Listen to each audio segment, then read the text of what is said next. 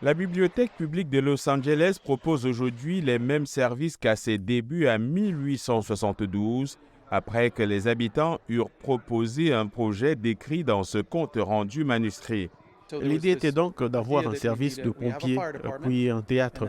Et la troisième chose à laquelle ils ont pensé, c'est que nous avions besoin d'une bibliothèque.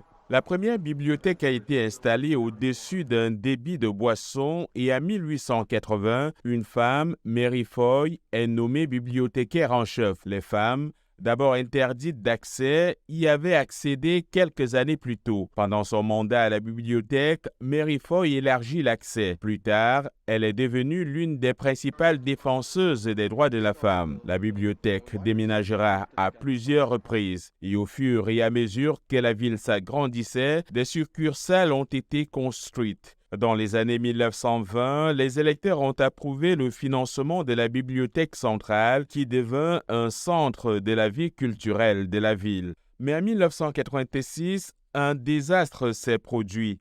Un pyromane inconnu a déclenché un incendie. Une exposition de la bibliothèque basée sur la collection de photos du journal Herald Examiner retrace l'histoire. Le jour où l'incendie de la bibliothèque centrale s'est produit le 29 avril 1986, le journal a envoyé 3 photographes pour couvrir l'événement car il s'agissait d'un gigantesque incendie tragique. 350 pompiers ont combattu le feu, 400 000 livres ont été détruits et des centaines de milliers d'autres ont été endommagés par l'eau ou la fumée, mais la bibliothèque a survécu. Elle a été reconstruite avec une nouvelle aile de 8 étages. Le fait que les gens soient venus dans cette bibliothèque d'une seule pièce en 1872, avec seulement 500 livres dans cette pièce, ce désir de découvrir quelque chose, d'obtenir un livre, de pouvoir l'utiliser sans être facturé, c'était vraiment une belle chose en 1872 et cette même expérience peut être vécue aujourd'hui.